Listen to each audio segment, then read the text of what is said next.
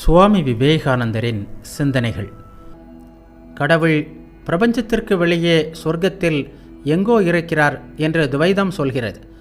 நம்முடைய ஆன்மாதான் கடவுள் என்றும் அவர் நமக்கு வெளியே இருக்கிறார் என்று சொல்வது தெய்வ நிந்தை என்றும் அத்வைதம் கூறுகிறது.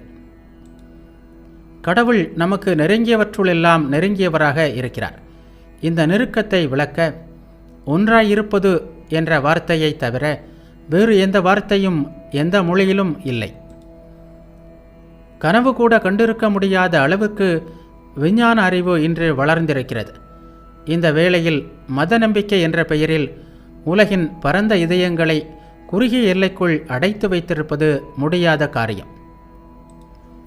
மத நூல்களில் உள்ள அனைத்தையும் அப்படியே நம்பும்படி கூறி மனிதர்களை குறுகிய எல்லைக்குள் அடைக்க முயல்வதால் அவர்களை மிருகங்களாக்கி